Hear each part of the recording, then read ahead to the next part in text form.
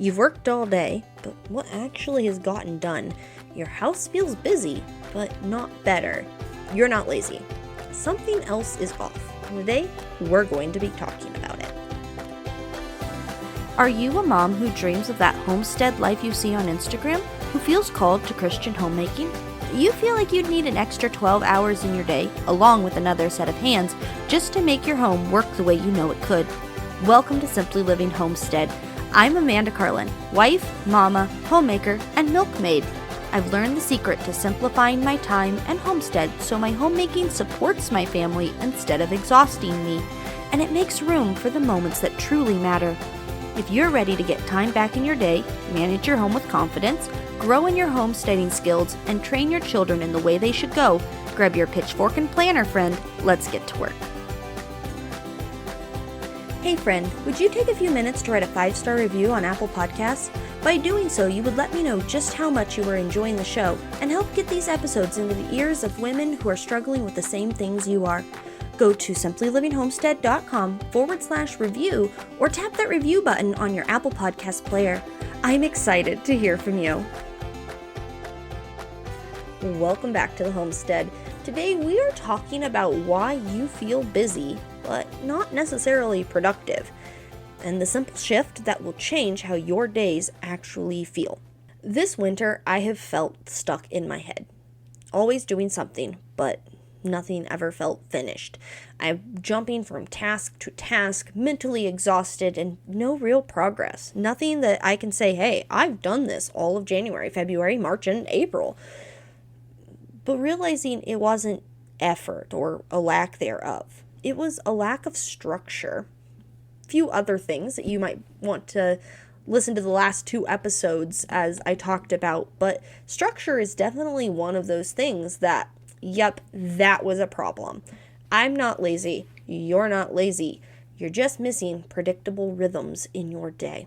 When we spend our entire life living in reaction mode, we are constantly making decisions. We are constantly putting out fires all day. And this state of living means that our brains never get to rest. They are always on a hypervigilance of some sort, waiting for the next disaster to come, always trying to figure out what's coming next. Our brains want to know what's coming next. And when we are living in a state of chaos or constant decision making, our brains are kind of going to spaz out at, some point, right? Like they're going to go, hey, this is too much. And for me, that resulted in a lot of brain fog. It resulted in a lot of just frustration and not even really being sure how to move forward with my day. But rhythms will set us in this path for intentional living and intentional rhythms where our brain does know what is coming next. This predictability, not necessarily where everything happens exactly the same. Okay, I'm not talking about some magical world where every day is exactly the same. Frankly, I think that sounds boring. But having a predictability to your day gives our brains peace. Decision fatigue is draining you. Every what should I do next costs energy. Every small decision stacks up, and by afternoon, you're completely done. And you haven't even made supper yet. Having systems helps remove some of these decisions so that you can save that energy for 1, execution, and 2, the decisions that actually do need to be made at that time. We need to have clear priorities. No clear priorities equals no progress. You're not going to be able to look at your day and say, hey, I did this thing. This thing got done, if we don't actually have clear priorities. It's not about doing a lot. It's about doing what matters. Progress comes from just a few things more often than not. When I am able to sit down and go, I did this, this, and this, it's usually because I had a priority for that day, for that week, for that month, for that time period that I was thinking about. And when you're trying to decide what your priorities are, we need to ask, what actually moves my home forward? What is going to move the things that I feel are most important forward? Not everything deserves your energy. So what does move your home forward? When we ask ourselves that question, a lot of times we're going to come back to some of the things that we have to do every single day. Dishes, laundry, keeping the house clean, making food. These sorts of things help keep structure to our home. And setting up time zoning, which we've often talked about here, is going to be one of the best ways that I have personally found to structure our days in a way where our brains have predictability. It knows what's coming, but also it offers this flexibility where things can come up. A calf can come surprisingly early. Yes, that just happened. Or a kid can come home with something that you didn't know was going to be coming, and you got to act fast from school or something. My brain did not track super well there. I hope you can catch the drift. But I'm not talking about setting up time blocking where everything is planned out to the 15 minutes and everything is super structured. No. If anything, I've found that to stress my brain out just as much. What we need to be able to develop structure to our lives so that our brain knows what's coming and what is expected of it. And then it also then knows how to prioritize the rest of its energy for the in-between. In the autistic and disabled communities, there's this concept of spoons where every day you wake up and you are given a specific number of spoons. It might be 5 spoons. It might be 10 spoons. For people who are quite healthy and vibrant and aren't dealing with anything, they might get 25 or 30 spoons, right? The spoons kind of count as energy. And when you perform a task, make a decision, or do something like that, it costs spoons. And the more decisions that you have to make, the more spoons you have to spend. For chronically ill people, this means that they're going to be spending a lot of spoons on just simply basic needs. And while I am absolutely not saying that if you're overwhelmed, you have a chronic condition, or that somehow they're someone with a chronic condition's issues don't matter.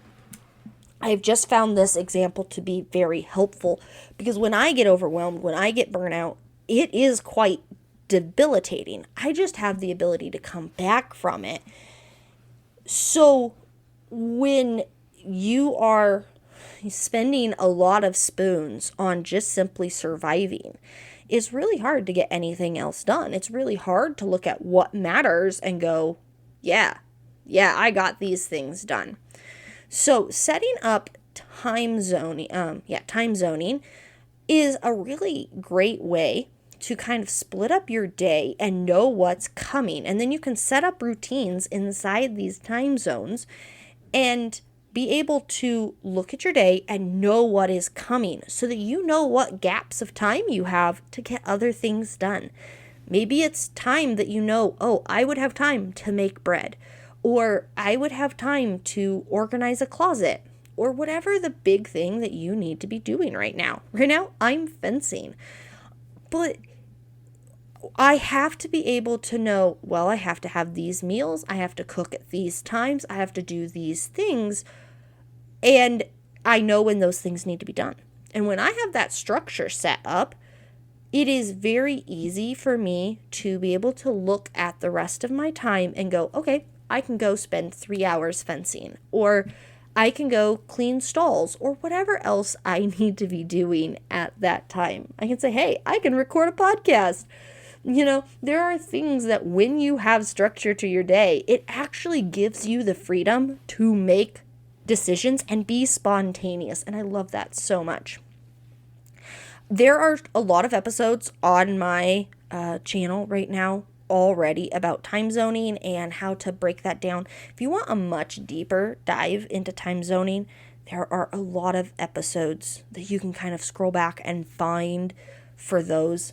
Would highly encourage that you do. but to really quickly break it down for you so that you kind of have a grasp on what we're talking about here.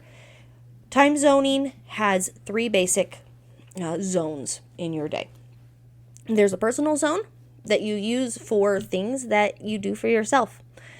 There is a home and family zone. This is the zone that you use for things that you need to take care of to make sure that your home and family have their needs met. And then there's a work zone. Now, work zones, I personally have a lot of different types of work zones. You can kind of classify it how you need, but a work zone is kind of like clocking in and clocking out of a job, whether or not you're going to a location to be paid. A work zone might look like going out and doing chores, or it might look like working on a home business, or it might look like going to work for someone. It might look like dedicating a specific amount of time to a project. Whatever is needed to have your focus, it can have a work zone. And you kind of end up thinking about your day in these zones. So I get up, and from the time I get up until the time I go out to do chores is my personal zone. And I have rhythms and routines in that zone that I know when I get up, I do this, and then I do this, and then I do this, and then I do this, right? So for example, when I get up, I brush my hair and put it up for the day. I like to wear my hair up. It's out of my way. So I get up and I do my hair, I get dressed, I have breakfast, and maybe I crochet, maybe I play a computer game, maybe I read a book, something where I've gotten a little bit of time to myself to do something that really doesn't matter. I like having that time, so I've set that time aside for me. Then I go and I have a work zone. This is my work chore zone. The chore zone is really just a time for me to go out. I'm going to milk my cows. I'm going to take care of the milk. And then I'm going to come back in and I have a home and family zone where I am focusing on making sure that dishes and laundry are done and that my son has had enough to eat and that he hasn't completely destroyed the house. Yay, 5-year-olds. And so as I'm working through that, hopefully you can see where I had 3 zones, and that was all before lunch that I had those. Maybe you have 3 before lunch. Maybe you only have 3 in your entire day. Whatever it needs to look like for your life and your family, having some boundaries and zones in place can really help us set the stage for fighting decision fatigue and fighting these unclear priorities so that you can feel like your day has had real progress to it and that you're not just being busy, you're actually making progress. So I would love if you would choose one daily rhythm to anchor your day. Do you need to do a morning reset, an evening reset, a chore block, something? If none of these words sound familiar to you, go listen to some more episodes. That would be your step, is if these words don't mean anything to you, you've not been listening to me for long, go find some of my old episodes. These would make so much more sense with that context. But you don't need to be fixing everything today. You just need a few simple rhythms, and you need to give yourself permission not to have to do everything.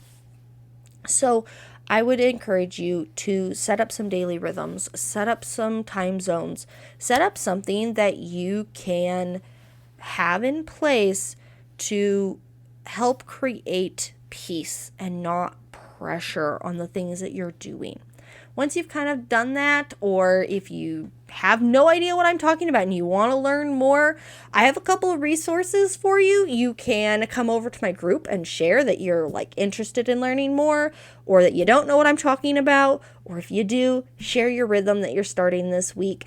Whatever you want to do, we've got a group over there that you can chat with us in. I read all of your messages over there.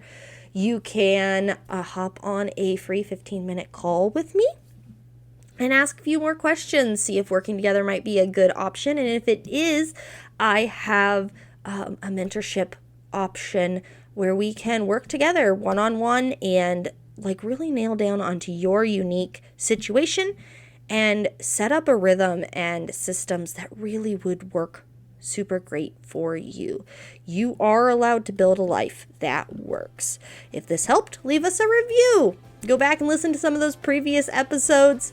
And if you're overwhelmed, the mentorship is open. I'd love to walk alongside you and build this with you. So until next week, friend, I hope you have a fabulous day.